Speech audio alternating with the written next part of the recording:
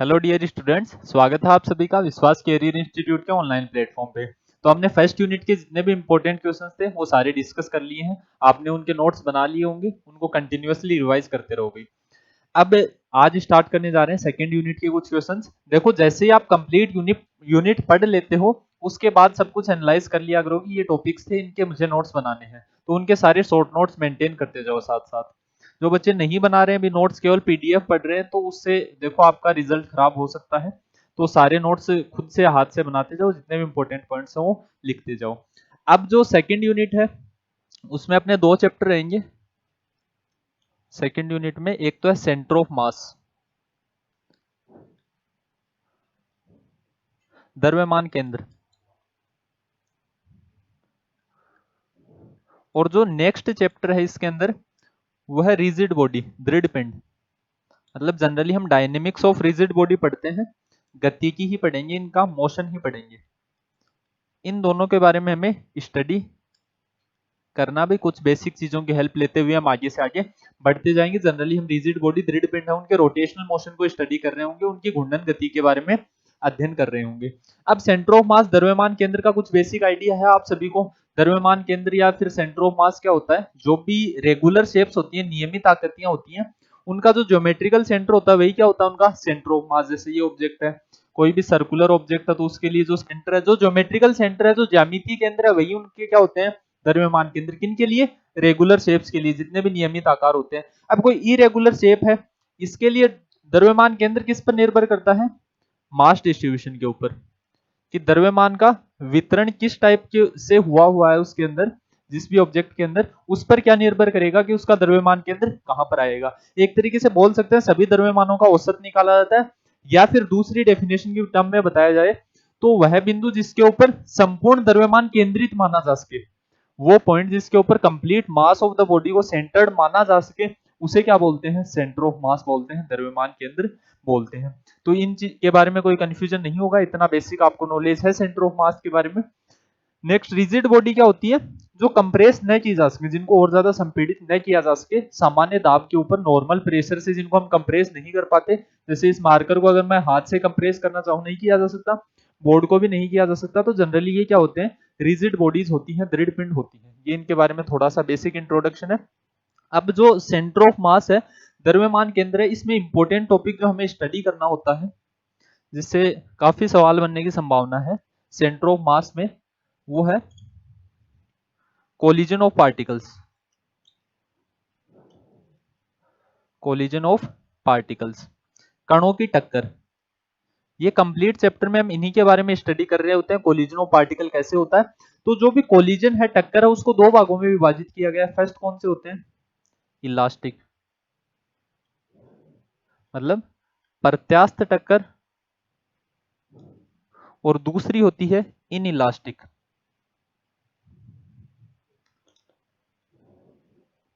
अप्रत्यास्थ। Elastic collision के अंदर क्या होता है? प्रत्यास्थ टक्कर में जब भी दो कण टकराएं तो उनका रेखीय संवेग तो हमेशा संरक्षित रहेगा। एक चीज याद रखना, जब भी दो पार्टिकल्स का कोलिजन हो रहा है, उनका लीनियर मोमेंटम ऑलवेज कंजर्व रहेगा। लीनियर मोमेंटम कंजर्व रहेगा, इसका मतलब जैसे मान लीजिए ये दो पार्टिकल्स हैं, एक का मास m1 था, दूसरे का मास m2 था। ये u1 वेलोसिटी से मूव कर रहा है, ये u2 वेलोसिटी से मूव कर रहा है। ये बिफोर कोलिजन की कंडीशन है, टक्कर से पूर्व की स्थिति है। तो बिफोर कोलिजन अगर इनका मोमेंटम देखा जाए कितना है? मोमेंटम क्या होता है? मास इनटू वेलोसिटी। जो रेखीय संवेग है, लीनियर मोमेंटम, वो क्या होता है? Momentum is equal to mass into velocity, संवेग होता है। द्रव्यमान गुणा वेग को ही क्या कहा जाता है? संवेग कहा जाता है। तो यहां से इसका संवेग कितना आ जाएगा? m1 u1 प्लस इसका संवेग कितना?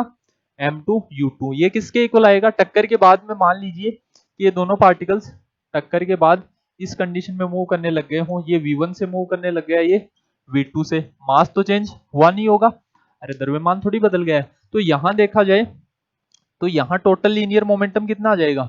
m1 v1 plus m2 v2। तो ये दोनों चीजें ऑलवेज इक्वल रहेंगी, चाहे कोलिजन इलास्टिक हो चाहे इन इलास्टिक हो। मतलब लीनियर मोमेंटम, जो रेखीय संवेग है, लीनियर मोमेंटम कंप्लीट लिख लेना भी इसको, रेखीय संवेग, वो संरक्षित रहता है, चाहे टक्कर अप्रत्यास्थ हो या प्रत्यास्थ हो। तो फिर डिफरेंशिएट कैसे करेंगे? डिफरेंशिएट किया जाता है काइनेटिक एनर्जी के बेसिस पर। इसमें गतिज ऊर्जा भी संरक्षित रहेगी। गति कर रहे हैं तो गतिज ऊर्जा होगी। काइनेटिक एनर्जी का फॉर्मूला क्या होता है? Kinetic energy is equal to half M V square. Velocity पर डिपेंड करती है गतिज ऊर्जा। अरे गतिज ऊर्जा गति पर तो निर्भर करेगी। फॉर्मूला क्या होता है? E is equal to half M V square. तो यहाँ टक्कर से पूर्व की टोटल काइनेटिक एनर्जी कितनी है? Half M one U one square plus half M two U two square. ये किसके इक्वल आ जाएगा? Half M one V one square plus half M two V two square. तो यहां से सारे केसेस हम सोल्व कर सकते हैं जितने भी टक्कर के हैं। ये किसके लिए है? इलास्टिक कोलिजन के लिए, प्रत्यास्थ टक्कर के लिए। अप्रत्यास्थ टक्कर में काइनेटिक एनर्जी कंजर्व्ड नहीं रहती है, गतिज ऊर्जा संरक्षित नहीं रहेगी। इसमें लीनियर मोमेंटम भी, काइनेटिक एनर्जी भी कंजर्व्ड, इसमें only linear momentum conserved, kinetic energy conserved नहीं है। अब इनके उदाहरण की बात कर लो। इलास्टिक कोलिजन के एग्जांपल क्या होते हैं? इसके एग्जांपल है जितने भी एटॉमिक और न्यूक्लियर, मतलब जितने भी आणविक या फिर बोल सकते हैं परमाणविक या नाभिकीय टक्कर होती है, वो सब किसके उदाहरण है? प्रत्यास्थ टक्कर की। इन इलास्टिक कोलिजन हम जनरली जो भी देख रहे हैं कोलिजन आसपास, वहां सब जगह क्या हो रहे होते हैं? इन इलास्टिक कोलिजन ही हो रहे होते हैं, अप्रत्यास्थ टक्कर ही होती है। या फिर सबसे बढ़िया एग्जांपल है, जब भी दो पार्टिकल मूव कर रहे हैं, अगर वो एक दूसरे से चिपक जाएं, इसका मतलब ऑलवेज क्या होगा? वहां पर परफेक्टली इन इलास्टिक कोलिजन होगा। मतलब पूर्णतः अप्रत्यास्थ टक्कर किसकी होगी? जब दो कण आपस में टकराएं और आपस में चिपक जाएं। जनरली जितने भी हमारे आसपास जितनी टक्कर होती है वो सारी क्या होती है? अप्रत्यास्थ। क्यों? क्योंकि वहां पर कुछ अमाउंट ऑफ एनर्जी प्रोड्यूस होती है। Half M one U one square plus half M two U two square किसके इक्वल आता है? Half M one V one square plus half M two V two square plus some amount of energy. यहां पर कुछ और energy भी produce होती है। ये क्या हो सकती है? ये हीट भी हो सकती है, लाइट एनर्जी भी प्रोड्यूस हो सकती है, और any other form of energy, मतलब ऊर्जाई किसी अन्य रूप में। जैसे ये दो कण अगर आपस में टकराएं तो कुछ ध्वनि उत्पन्न हो रही है, वो भी क्या एक फॉर्म ऑफ एनर्जी ही है। तो जब भी इनइलास्टिक कोलिजन होता है, अप्रत्यास्थ टक्कर होती है, पहले उन कणों के पास क्या थी? गतिज ऊर्जा। जैसे ये दोनों पार्टिकल्स मूव कर रहे हैं, इनके पास क्या है? काइनेटिक एनर्जी है, गतिज ऊर्जा है। जैसे ये टकराएंगे, जैसे ये स्थिर था, ये कण इससे आकर टकराता है, ये मूव करना स्टार्ट कर देगा, लेकिन कुछ साउंड प्रोड्यूस हो रही है जब ये टकरा रहे हैं। वो ध्वनि, मतलब कुल गतिज ऊर्जा कुछ ध्वनि में परिवर्तित हो गई, और पूरी गतिज ऊर्जा किसमें परिवर्तित नहीं हुई? गतिज ऊर्जा में परिवर्तित नहीं हुई। तो टोटल एनर्जी, कुल ऊर्जा तो संरक्षित रहती है यहाँ, लेकिन गतिज ऊर्जा संरक्षित नहीं रहती है। समझ गए भी? इनमें कोई कंफ्यूजन है आपको? इलास्टिक और इनइलास्टिक कोलिजन जब भी पूछा जाए डायरेक्टली याद रख लेना है। Elastic collision linear momentum, kinetic energy दोनों कंजर्व्ड। इन इलास्टिक में लीनियर मोमेंटम कंजर्व्ड। एग्जांपल कौन हो गए? एटॉमिक और न्यूक्लियर कोलिजन, मतलब जो परमाणु और नाभिकीय टक्कर होती है वो इलास्टिक प्रत्यास्थ टक्कर के उदाहरण होते हैं। और जो हम सामान्यतः जनरल डेली लाइफ में देखते हैं वो किसके उदाहरण होते हैं? अप्रत्यास्थ टक्कर के। जनरली अगर ऐसा बोल दिया जाए, दो कण टकराए और टकराकर आपस में चिपक गए, तो वो ऑलवेज क्या है? इन इलास्टिक कोलिजन है, अप्रत्यास्थ टक्कर है। तो ये सारी चीजें नोट कर लेना भाई। सेंटर ऑफ मास में कोलिजन ऑफ पार्टिकल जो इंपॉर्टेंट टॉपिक था, जिससे रिलेटेड आज भी आपको कई सवाल मिलेंगे, तो इसका एक बेसिक इंट्रोडक्शन बता दिया है अभी। अब सवाल करने में, अगर ये सारी चीजें आपको पता है, तो अब सवाल करने में दिक्कत नहीं होगी आपको बहुत ज्यादा। अब देखिए अभी फर्स्ट क्वेश्चन देखिए। A bullet fired in horizontal direction which emerged in a wooden block. If block placed on frictionless horizontal plane then, क्या बताया गया है? एक ब्लॉक है, लकड़ी का ब्लॉक है, जैसे मान लीजिए ये है लकड़ी का, ये ले लेते हैं, अभी डस्टर है अपने पास। यहाँ क्या कहा गया है? एक बुलेट आई है और वो इसके अंदर चिपक गई है इसके साथ, या फिर बोल सकते हैं इसके अंदर इमर्ज हो गई है। इमर्ज हो गई है। अब पहले ये वुडन ब्लॉक किसमें था? रेस्ट में था। फ्रिक्शनलेस मतलब घर्षणहीन पृष्ठ के ऊपर रखा हुआ है। यहाँ इससे जैसे आके गोली टकराती है, मतलब कैसा कोलिजन हो रहा है? अभी हमने देखा इनइलास्टिक कोलिजन हो रहा है, अप्रत्यास्थ टक्कर हो रही है। अप्रत्यास्थ टक्कर, इनइलास्टिक कोलिजन दिमाग में आते ही पहली चीज क्या दिमाग में आनी चाहिए कि कौन कंजर्व रहेगा? लीनियर मोमेंटम, रेखीय संवेग संरक्षित रहेगा, काइनेटिक एनर्जी कंजर्व नहीं रहेगी। ऑप्शन नंबर बी करेक्ट हो गया, कुल रेखीय संवेग संरक्षित रहेगा। नेक्स्ट क्वेश्चन, कोई कंफ्यूजन नहीं होगा भाई इसमें, तो अभी लिखी हमने दोनों बातें, इलास्टिक और इनइलास्टिक कोलिजन के बारे में। When two bodies collide elastically then quantity conserved is, दोनों कंजर्व रहेंगी, काइनेटिक एनर्जी और मोमेंटम, मतलब संवेग और गतिज ऊर्जा दोनों संरक्षित रहती है किसमें? जो भी इलास्टिक कोलिजन होते हैं, प्रत्यास्थ टक्कर होती है। Next question, A particle of mass m1 moving with velocity, क्या क्या कंडीशन गिवन है आपको? एक पार्टिकल है, मास कितना दिया हुआ उसका, जो भी गिवन हो क्वेश्चन में वो चीज पहले नोट कर लिया करो।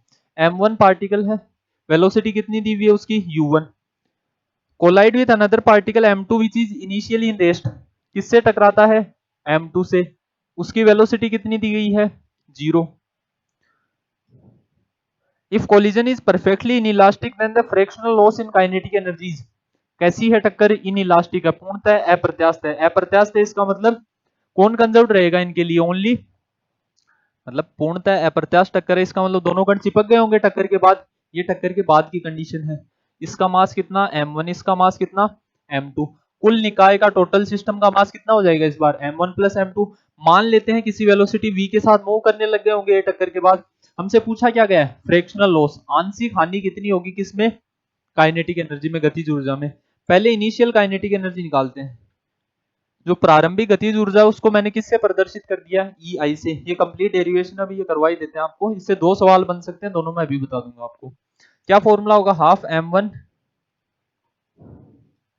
u1 square plus half m2 u2 square, यही होती है इनिशियल काइनेटिक एनर्जी। ये वैल्यू तो 0 हो गई, u2 कितना गिवन था अपने को, 0। तो final kinetic energy, initial kinetic energy कितनी आ गई, half m1 u1 square, final कितनी होगी, हाफ, मास कितना है m1 प्लस m2, कितनी वेलोसिटी से मूव कर रहे हैं, v से, तो क्या रिलेशन आ गया, half m1 plus m2 into V square. अभी हमने बात की इन इलास्टिक कोलिजन है, अप्रत्यास्थ टक्कर है, तो भी लीनियर मोमेंटम तो कंजर्व्ड ही रहेगा। तो लीनियर मोमेंटम रेखीय संवेग संरक्षण से अगर यहां मैं इक्वेशन लिखना चाहूं तो क्या लिखी जा सकती है, m1 u1 plus m2 u2। ये मैं बार बार इसलिए लिख रहा हूं क्योंकि आप एग्जाम में भूल जाओगे, यहाँ u2 0 गिवन है तो हम इसको अवॉइड कर सकते हैं लिखना, लेकिन लिख लेना आप, u2 गिवन है तो u2 को 0 पुट कर दिया करो बाद में इक्वेशन में।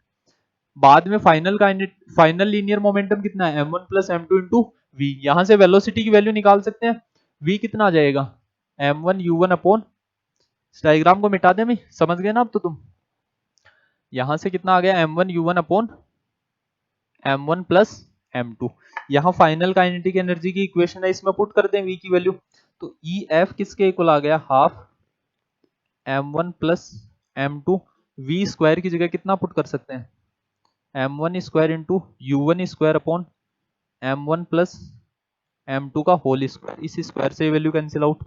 अगर आप रेशियो निकालना चाहें, अनुपात निकालना चाहें किसका, ये वैल्यू नोट करते जाओ, और ये साथ साथ, अगर फाइनल और इनिशियल काइनेटिक एनर्जी का रेशियो पूछता, मतलब EF अपॉन EI की वैल्यू पूछता, तो निकाल सकते थे। कैसे निकालेंगे भाई, इनिशियल काइनेटिक एनर्जी कितनी है, half m1 u1 square, final kinetic energy कितनी है, half m1 square u1 square upon m1 plus m2। जो वैल्यूज कैंसिल आउट हो रही है उनको कैंसिल कर दो भी, देखना,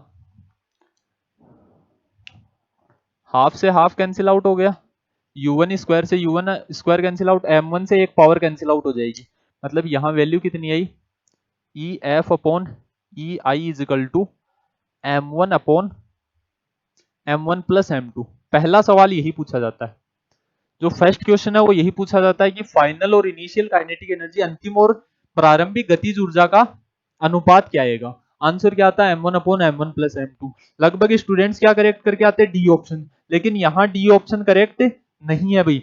इस सवाल में क्या पूछा गया आपसे, फ्रैक्शनल लॉस, मतलब ये आंसर होना चाहिए था, कब होना चाहिए था ये उत्तर, जब आपसे फाइनल और इनिशियल का रेशियो पूछता, लेकिन सवाल में ये नहीं पूछा गया है। तो पहली चीज तो एग्जाम में लगभग चांस आपसे यही वैल्यू पूछी जाएगी। यहां हमने क्या पूछा है, फ्रैक्शनल लॉस, मतलब आंशिक हानि कितनी होगी।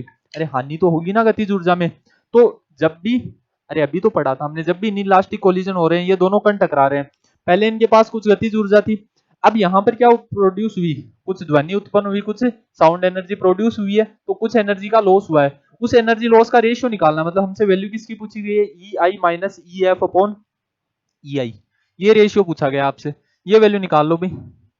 EI माइनस EF को EI की फॉर्म में लिख लो, ऐसे लिख सकते हैं EI m1 upon m1 plus m2। अरे यहां से इस EI को इधर मल्टीप्लाई में लेकर गए हैं, बस और कुछ नहीं किया है। EI वापस ऊपर और नीचे से EI को कॉमन ले लो, इनिशियल काइनेटिक एनर्जी को, ये वैल्यू कैंसिल आउट हो जाएगी। आंसर कितना है, 1 minus m1 upon m1 plus m2, इस फॉर्म में गिवन है क्या, चलो इसको और सिंप्लीफाई करेंगे, एलसीएम लेंगे, कितना आ जाएगा m1 plus m2 minus m1 upon m1 plus m2, m1 से m1 कैंसिल आउट, आंसर क्या आ गया m2 upon m1 plus m2, ये आंसर है अभी। और ये तुम में से 90% गलत करके आते हो, क्यों? क्योंकि हम यही आंसर कंप्लीट मान लेते हैं, आगे पढ़ते ही नहीं है कि फ्रैक्शनल लॉस भी पूछा गया, आंशिक हानि पूछी गई है, तो हमने एक तरीके से कंप्लीटली डिराइव कर लिया है। अब देखो इससे न्यूमेरिकल बहुत ज्यादा पूछे जा सकते हैं, यहाँ हमने सारी वैल्यूज को उनकी नॉर्मल फॉर्म में रखा है। अब आपको m1 m2 गिवन हो तो यहाँ से इजीली आंसर आ जाएगा। इसको m2 को नीचे लिख लेना रे, अगर m1 की वैल्यू गिवन है, m2 की वैल्यू गिवन है, यहाँ से आप डायरेक्टली निकाल सकते हो फ्रैक्शनल लॉस कितना होगा, बस वैल्यूज पुट करनी होती है। तो इस डेरिवेशन को नोट कर लो, ऑप्शन नंबर सी करेक्ट हो गया। नेक्स्ट क्वेश्चन,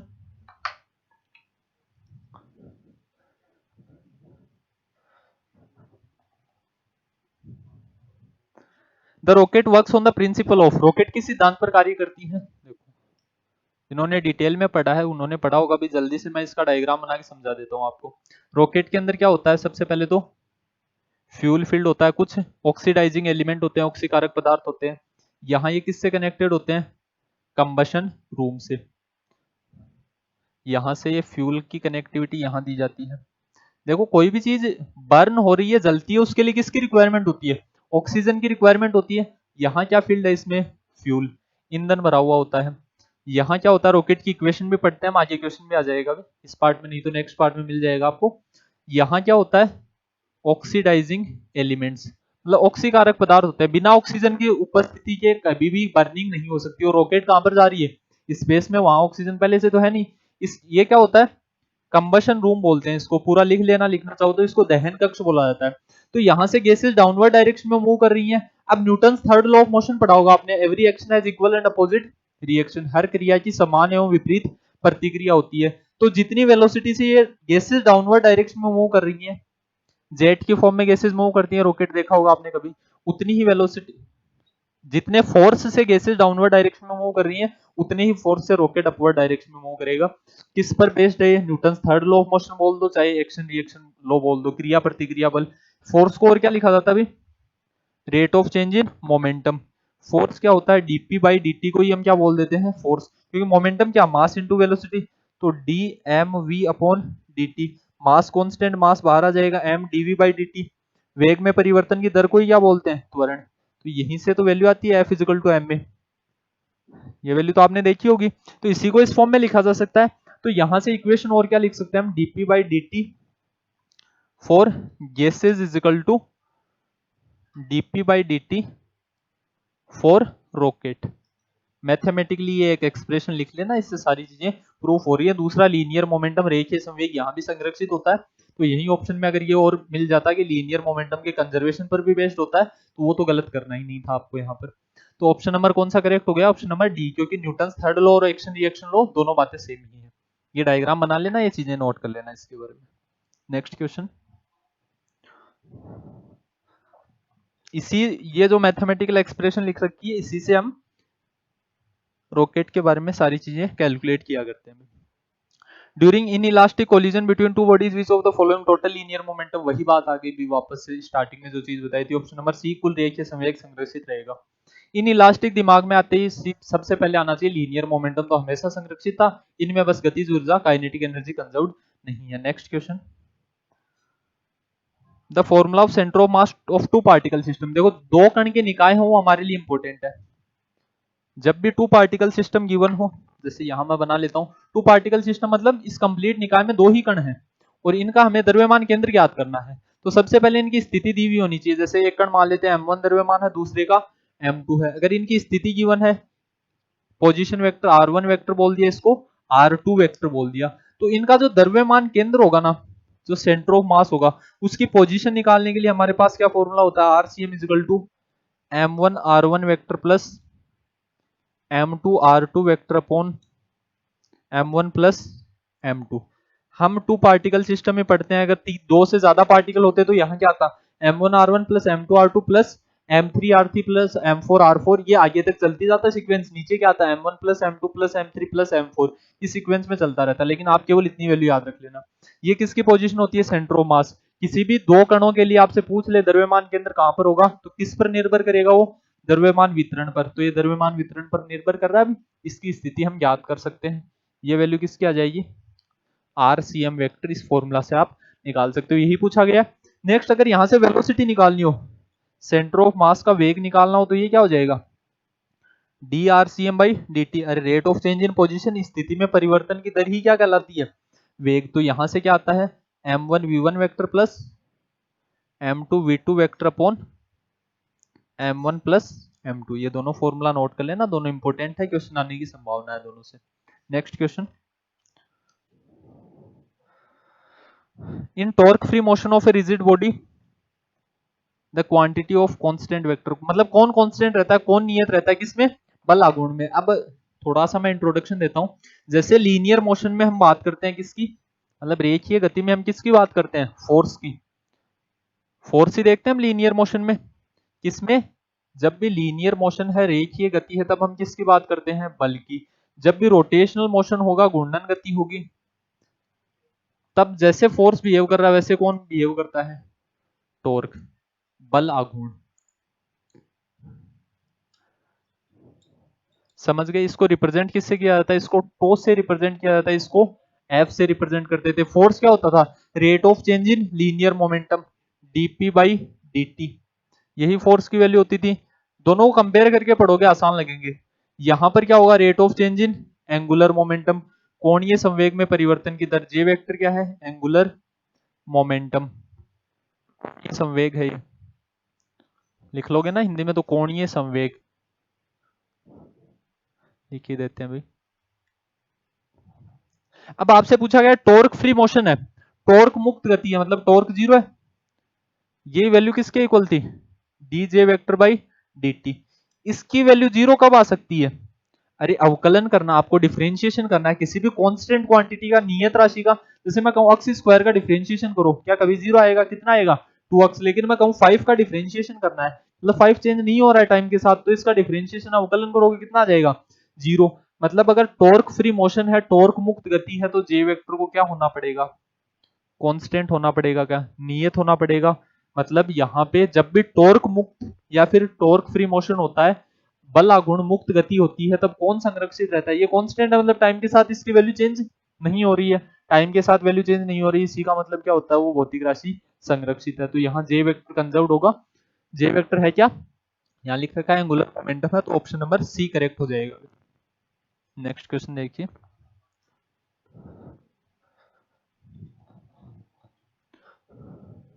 आसान लग रही है ना भाई ये चीजें, हार्ड है भी नहीं रहे। Two masses constant to move, देखो मैंने क्या कहा, जब भी न्यूमेरिकल आए आप सबसे पहले वो नोट करो कि आपको क्वेश्चन में गिवन क्या है। इस सवाल में देखो क्या क्या दिया गया है आपको, m1 की वैल्यू गिवन है, m2 की वैल्यू गिवन है। सबसे पहले लिख लेते हैं हम गिवन क्या क्या है इस क्वेश्चन में, इसी से रिलेटेड है नेक्स्ट दो तीन क्वेश्चन। m1 चलो कैपिटल M से लिखा है, किसी से लिख लो रे, वो रिप्रेजेंटेशन का तरीका है। 85 ग्राम, m2 कितना दिया हुआ है, 200 ग्राम। नेक्स्ट v1 की वैल्यू है 6.4, v1 कितना दिया हुआ है 6.4 आई कैप सेंटीमीटर पर सेकंड। v2 कितना दिया हुआ है -6.7 आई कैप, हिंदी मीडियम में देख लेना भाई, हिंदी मीडियम में तो सही है, -6.7 आई कैप -2 जे कैप सेंटीमीटर पर सेकंड। इंग्लिश मीडियम वाले सही कर लेना, पीडीएफ में आपको सही मिल जाएगा, -6.7 है। यहां से अब नेक्स्ट देखो वैल्यू क्या पूछी गई है, तो वैल्यूज गिवन थी वो हमने निकाल ली। Velocity of centre of mass, द्रव्यमान केंद्र का वेग, अभी फॉर्मूला लिखा था वीसीएम किसके equal, m1 v1, directly value put कर देंगे, लो बता देते हैं, m1 v1 plus m2 v2 upon m1 plus m2। तो vcm कितना आ जाएगा, m1 कितना है यहाँ पर 85 इंटू 6.4 आई कैप, प्लस m2 कितना है 200 इंटू 6.7 आई कैप माइनस 2 जे कैप, अपॉन में कितना है 285। कैलकुलेशन करनी है क्या ओनली, जैसे यहां देखो तो VCM is equal to 85 into 6.4 plus 200, ये माइनस में है ना, ये यहाँ कितना आ जाएगा 200 इंटू 6.7, साथ में वैल्यू क्या गिवन है I cap minus 400 J cap, minus 400 by 285 करेंगे, यहाँ क्या करेंगे माइनस 200 बाई, मतलब ये वैल्यू भी नेगेटिव में आएगी, ये वैल्यू भी नेगेटिव में आएगी, क्योंकि 200 से 6.7 को मल्टीप्लाई कर रहे हैं और 85 से 6.4 को, ये वैल्यू नेगेटिव है पॉजिटिव है, तो रिजल्टेंट आई कैप के साथ भी नेगेटिव आना चाहिए और जे कैप के साथ भी नेगेटिव, एक ही ऑप्शन में है, तो यहां से पहचान सकते थे, बाकी इसको कैलकुलेट करो 400 बाई 285 लगभग 1.4 के अराउंड आएगा, तो करेक्ट ऑप्शन क्या आ जाएगा, ऑप्शन नंबर ए करेक्ट है। वैल्यू कितनी आ रही है माइनस 2.8 आई कैप और माइनस 1.4 जे कैप, ये वैल्यू निकाल लेना आप। नेक्स्ट क्वेश्चन भी,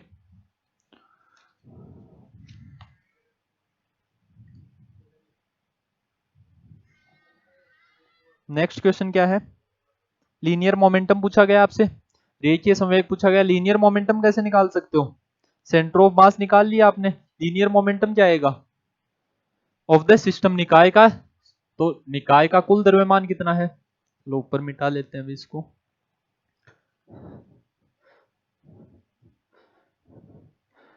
linear momentum of the system, कुल निकाय का क्या पूछा गया है, लीनियर मोमेंटम, मैंने क्या कहा सेंटर ऑफ मास द्रव्यमान के अंदर कौन सा बिंदु होता है जिसके ऊपर कंप्लीट मास को सेंटर्ड माना जा सके, तो वहां से लीनियर मोमेंटम अगर निकालेंगे, टोटल मास कितना m1 plus m2, centre of मास की वेलोसिटी हमने निकाल ली vcm, तो मतलब यहां पर तो ओनली क्या करना था 285 से जो भी आपको vcm की वैल्यू हमारे पास आई है इसको मल्टीप्लाई करना था, मतलब माइनस 2.8 से किसको मल्टीप्लाई कर देना 285 को, अब भी दोनों वैल्यूज नेगेटिव ही आएंगी, ऑप्शन नंबर ए में करेक्ट किया हुआ, आपको आंसर क्या आ गया इसका, ऑप्शन ए करेक्ट हो जाएगा, माइनस 798 आई कैप कर देना रे, मल्टीप्लाई तो करना है इस वैल्यू से इसको, माइनस 798 आई कैप माइनस 400 जे कैप, उसी से रिलेटेड क्वेश्चन है। नेक्स्ट क्वेश्चन देखिए,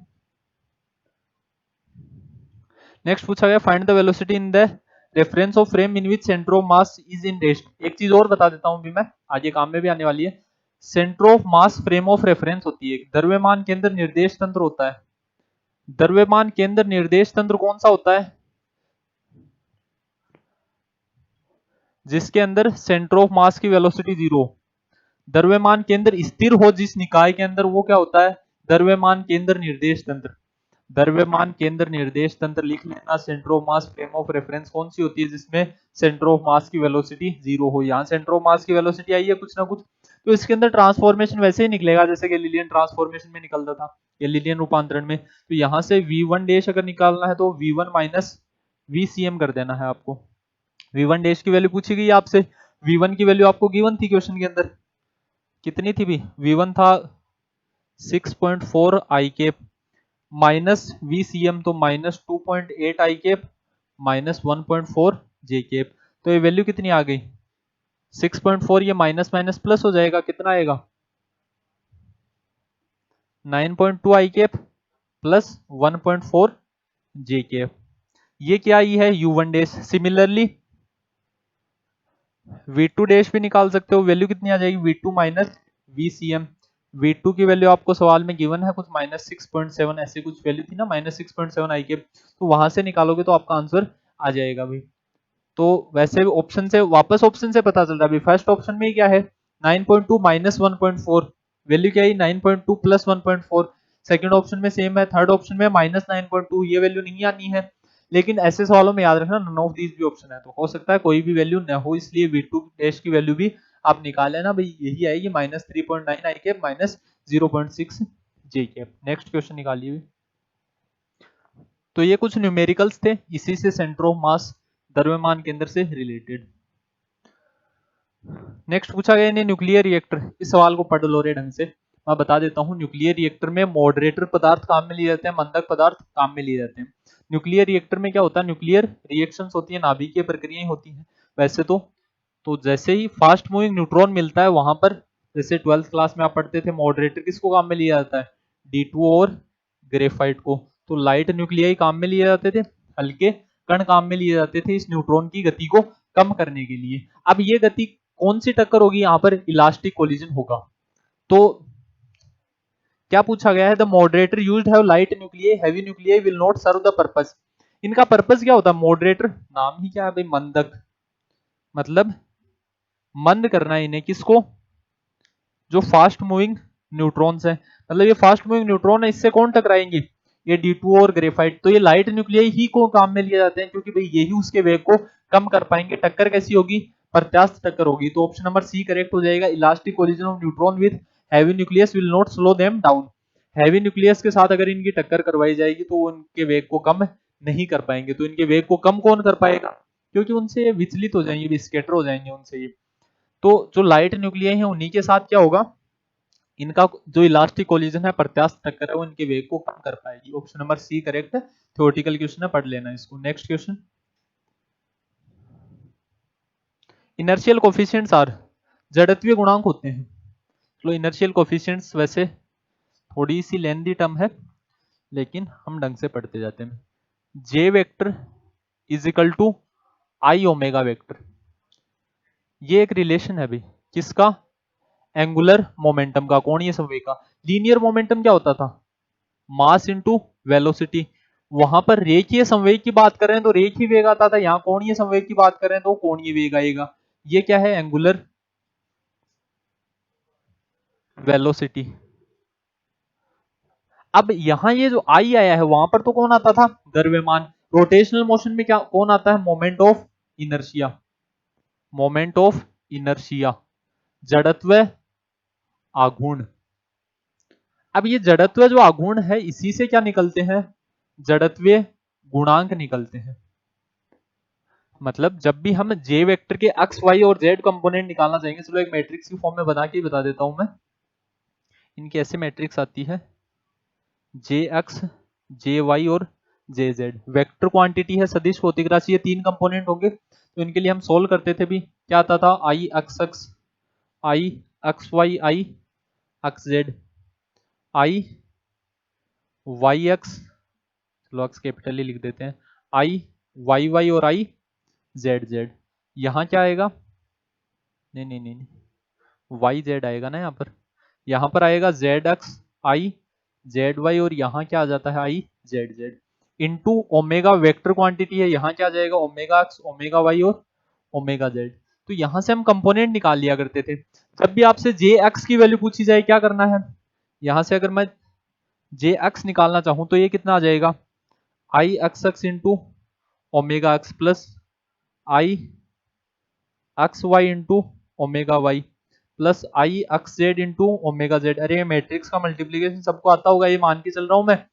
इस कंप्लीट को इस कंप्लीट से मल्टीप्लाई करेंगे तो ये फर्स्ट कंपोनेंट आ जाएगा। ये सेकंड कंपोनेंट निकालने के लिए इसको इससे मल्टीप्लाई कर दो, थर्ड कंपोनेंट निकालने के लिए इसको इससे मल्टीप्लाई कर दो। ये 3/3 की मैट्रिक्स है, 3/1 की मैट्रिक्स है, मल्टीप्लाई करेंगे तो रिजल्टेंट मैट्रिक्स कितने की आ रही होगी, 3/1 की। ये भी 3/1 की मैट्रिक्स है। मैट्रिक्स तो पढ़ा है ना रे मैथ के अंदर, नहीं पढ़ा है तो भी भाई याद रख लो रे। ऐसे इस फॉर्म में इसको क्या किया करते थे, हम सोल्व करते थे, डिराइव की थी हमने ये वैल्यू।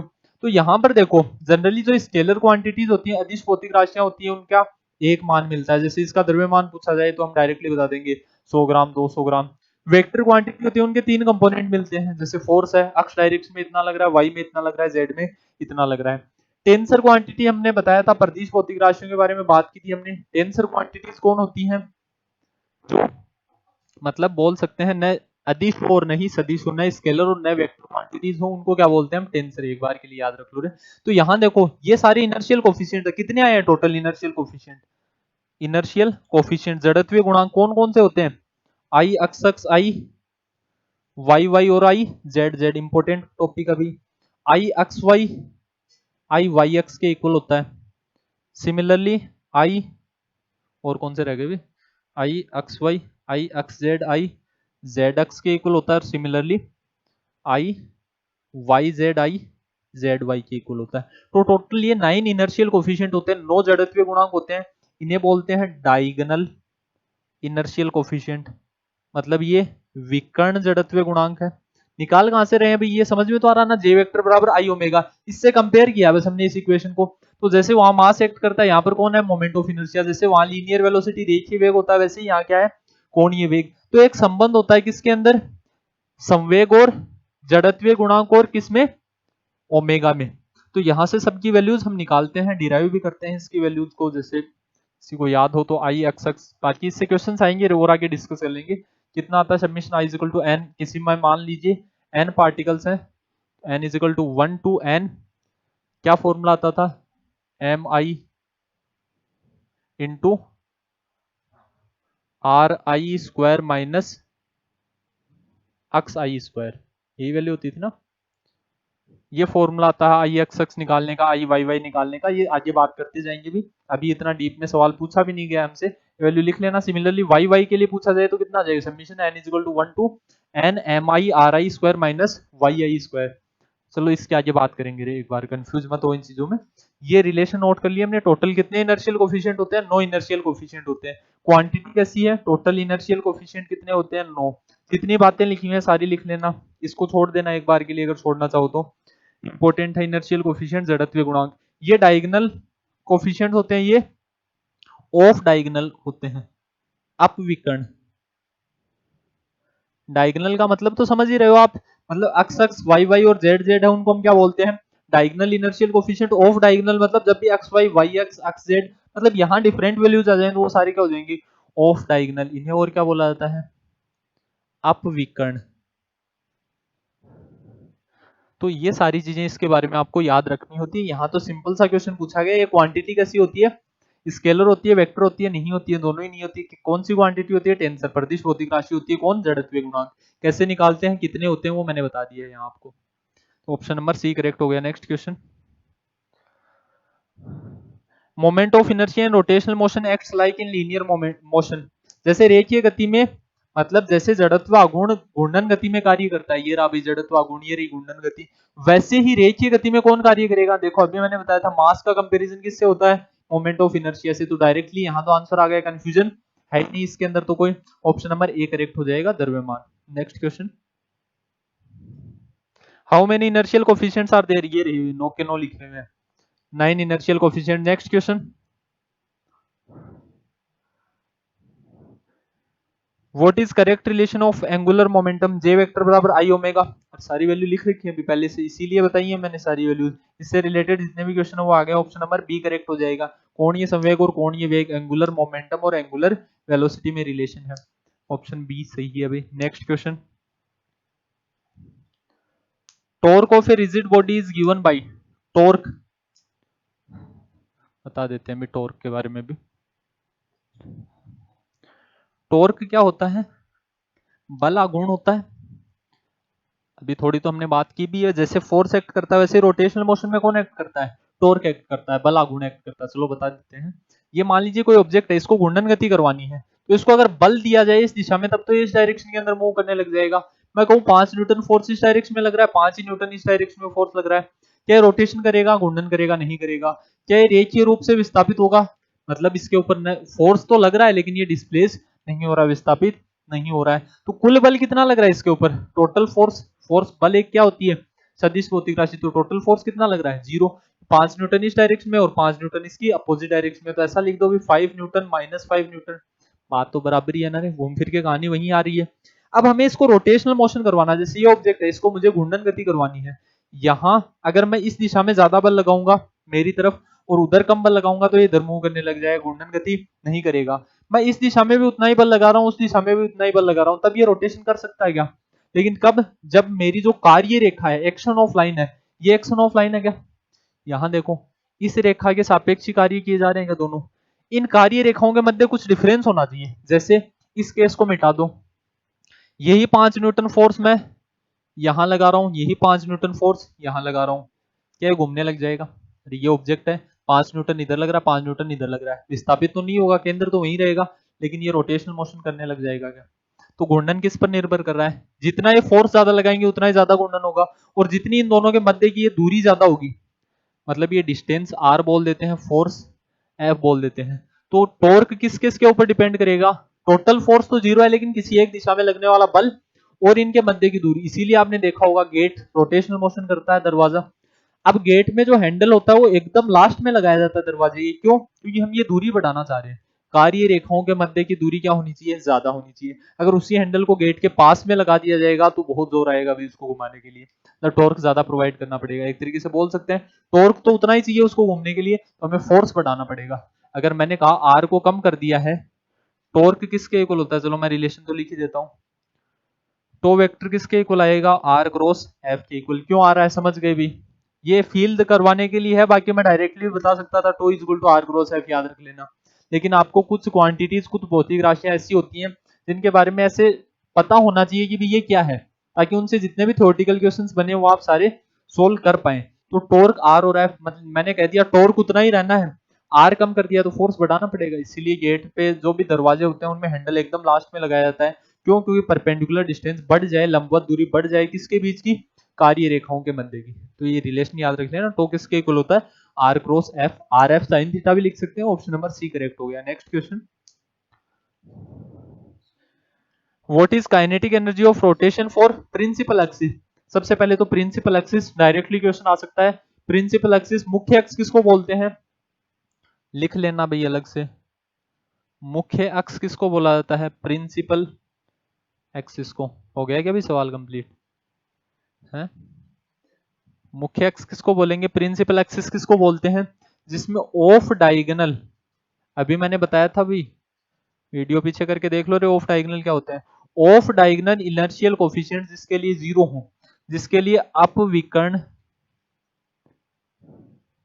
ये डायरेक्टली सवाल बनता है, मिल भी जाएगा शायद आपको इस पीडीएफ में आगे या दूसरी पीडीएफ में, जिसके लिए अपविकर्ण जड़त्वीय गुणांक जीरो हो। इसको मैं ऐसे लिख सकता हूं, I x Y equal to I Y X equal to I X Z equal to I Z X equal to I Y Z equal to I Z Y. ये सारे किसके इक्वल हो गए हैं, जीरो के इक्वल।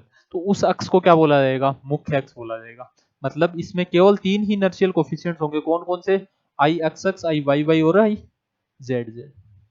उसे क्या बोल देते हैं, मुख्य अक्ष बोल देते हैं। अब आपसे पूछा क्या गया है, काइनेटिक एनर्जी पूछी आपसे, गतिज ऊर्जा पूछी गई है। Total kinetic energy of rotation, घूर्णन गतिज ऊर्जा कितनी आती थी, जिन्होंने डेराइव किया था, जिन्होंने पढ़ा है उनको याद होगी भी, जिन्होंने नहीं पढ़ा वो क्या करें फिर। काइनेटिक एनर्जी ऑफ रोटेशन, घूर्णन गतिज ऊर्जा कितनी आती थी, हाफ। हाफ तो सब में आता ही है अभी। अरे काइनेटिक एनर्जी लीनियर मोशन में कितनी होती है, हाफ एम वी स्क्वायर। किस पर डिपेंड करती है, मास और वेलोसिटी के ऊपर। यहां भी किस पर डिपेंड करेगी, रोटेशन में मास की जगह कौन आ गया था, मोमेंट ऑफ इनर्शिया, जड़त्व आघूर्ण। यहाँ कौन आ रहे हैं, वही जड़त्व आघूर्ण से हम क्या निकालते हैं, जड़त्व गुणांक निकालते हैं। वहां वेलोसिटी आती थी, यहाँ कौन आएगी, एंगुलर वेलोसिटी। वहां रेखीय वेग आता था, तो वहां क्या होती थी, E equal to half M V square. इस फॉर्म में हुआ करती थी क्या, यहाँ भी हाफ ऐसा कैसा रहेगा, मास की जगह कौन आ गए हैं, इनर्शियल कोफिशिएंट्स। v की जगह कौन आ गया है, ओमेगा। तो यहां से अगर वैल्यू निकाली जाए तो वैल्यू किसके इक्वल आती है, कंप्लीट काइनेटिक एनर्जी निकाली जाए तो सबके लिए निकालते हैं, I x x into omega x square plus I Y y into omega y square plus I Z Z into omega z square plus 2i into omega x y का whole square. इसी form में ये value आगे से आगे चलती रहेगी क्या भी, ओमेगा एक्स वाई नहीं रे, इसको ऐसे मत लिखना, इसको इस फॉर्म में लिख लेना, omega x into omega Z omega Y. Similarly to देखो आई एक्स वाई, इसका स्क्वायर करना है क्या, नहीं स्क्वायर नहीं होगा। आई एक्स वाई और आई एक्स एक्स तो वाई एक्स तो दोनों ही इक्वल होंगे क्या, अरे आई एक्स वाई लिखो चाहे आई वाई एक्स लिखो, ये तो हम पहले भी इक्वली लिख रहे थे, मतलब एक्स वाई और वाई एक्स दोनों बराबर होते हैं इनर्शियल कोफिशिएंट में। प्लस कितना आ जाएगा, 2i x z omega x into omega z plus 2i x y आ गया, वाई एक्स भी यहीं आ गया, एक्स जेड आ गया, जेड एक्स भी यहीं आ गया। यहाँ क्या आएगा, वाई जेड, तो omega Y into omega Z. ये क्या आती है, total kinetic energy of rotation. Kinetic energy यहां मैं पूरा ही लिख देता हूं, काइनेटिक एनर्जी ऑफ रोटेशन, घूर्णन। अगर कंपेयर कर रहे हो आप इनको लीनियर मोशन से, तब ये चीजें हार्ड बिल्कुल नहीं लग रही होंगी आपको। घूर्णन गतिज ऊर्जा बोलते हैं इसको। इसकी ये वैल्यू आती है, इसको नोट करो, ये नॉर्मली यही वैल्यू आती है इसकी। अब हमसे स्पेशल केस पूछा गया है, स्पेशल क्या केस क्या पूछा गया, मुख्य अक्ष के लिए याद करो। प्रिंसिपल एक्सिस के लिए मैंने लिखा I x y x x z z x y z z y, सब किसके इक्वल हो जाएंगे, जीरो। मतलब ये सारी वैल्यू जीरो हो गई है यहाँ से आगे वाली। तो यहाँ काइनेटिक एनर्जी इसके लिए, kinetic energy of rotation only कितनी आ जाएगी, half I x x into omega x square plus I Y y into omega y square plus I Z Z into omega z square, ये total kinetic energy of rotation आ गई। कौन सा option है? Option number B correct हो जाएगा भाई, principal axis. ये चीजें आपको दिख रही थी क्या? एक बार सवाल हटा दीजिए ताकि ये चीजें दिख जाएं, ये सारी चीजें नोट कर लेना भाई। सवाल तो आपने देख ही लिया है, अब ये सारी चीजें और नोट कर लेना। ऑफ डायगोनल जो अपविकर्ण जड़त्वीय गुणांक होते हैं वो कितने हो जाएं? शून्य हो जाएं। किसके लिए? मुख्य अक्ष के लिए। तो ये सारी वैल्यूज नोट कर लो इसके बारे में। अब भाई ये सारी चीजें पढ़ोगे तभी तो ऐसा लगेगा बीएससी भी पढ़ रहे हैं, वरना 11th क्लास और बीएससी में क्या डिफरेंस है। तो ये कुछ नई चीजें हैं, इनको साथ साथ पढ़ते जाओ भी, जब तक नहीं पढ़ोगे नहीं समझ में आएंगी। नोट कर लेना इसको। नेक्स्ट क्वेश्चन निकालिए। In slowing down of neutron, neutron के मंदन में कौन सा टिक्कर होती है? ये तो अब आसान से लग रहे होंगे सवाल। कौन सी होती है? इलास्टिक होती है, परफेक्टली इलास्टिक, पूर्णतः प्रत्यास्थ होती है। कौन सा ऑप्शन है? ऑप्शन नंबर ए करेक्ट हो जाएगा। नेक्स्ट क्वेश्चन निकालिए। For motion of rocket which is correct, rocket की गति के लिए सत्य कथन कौन सा है? रॉकेट की गति के लिए अभी देखा हमने, रॉकेट के मोशन के लिए जिस रेट से गैसेस डाउनवर्ड डायरेक्शन में मूव कर रही हैं, जो फोर्स गैसेस पर लग रहा है उतना ही फोर्स किस पर लगेगा? रॉकेट पर लगेगा। और फोर्स को किससे रिप्रेजेंट किया जाता है? ऐसा लिख सकते हैं एफ ऑफ गैसेस, मतलब ये क्रिया बल है, ये क्या है? प्रतिक्रिया बल, फोर्स ऑन रॉकेट। फोर्स को ही और क्या लिख सकते हैं हम? ये इक्वेशन तो लिखी भी थी शायद मैंने क्लास की स्टार्टिंग में आज। dp by D T for gases किसके इक्वल आएगा? dp by D T for rocket. कौन सा ऑप्शन करेक्ट हो गया अभी? ऑप्शन नंबर सी करेक्ट हो गया। तो सारी चीजें समझ में आई भी आपको आज की क्लास में। तो ये कुछ चीजें थी जो भी इंपॉर्टेंट लग रही हैं, जो भी नई चीजें हैं उनको खास करके नोट कर लेना। कुछ चीजें आपको लग रही होंगी ये तो मेरे को आती है, मेरे को समझ में आ गया, इसको नोट करने की जरूरत नहीं है, नोट कर लेना भी उसको, क्योंकि खुद के बनाए हुए नोट्स हैं। एग्जाम से जस्ट पहले, एक रात पहले आप उनको रिवाइज करोगे तो सारी चीजें दिमाग में एक सिस्टमेटिक तरीके से चलने लग जाएंगी। और अगर इधर उधर करके रखोगे उन फाइल्स को, या फिर ऐसे रखोगे कि मैंने वहां से पढ़ लिया था ये चीज तो मेरे को याद है, तो एग्जाम से जस्ट पहले चीजें भूलने लग जाओगे। और ऑब्जेक्टिव एग्जाम है, रिवीजन कंपलसरी है, तो एग्जाम से जस्ट 2-3 दिन पहले ये जितने भी नोट्स आप बना रहे हो उनको एक साथ रिवाइज कर लोगे तो वो आपके लिए हेल्पफुल रहेगा। धन्यवाद।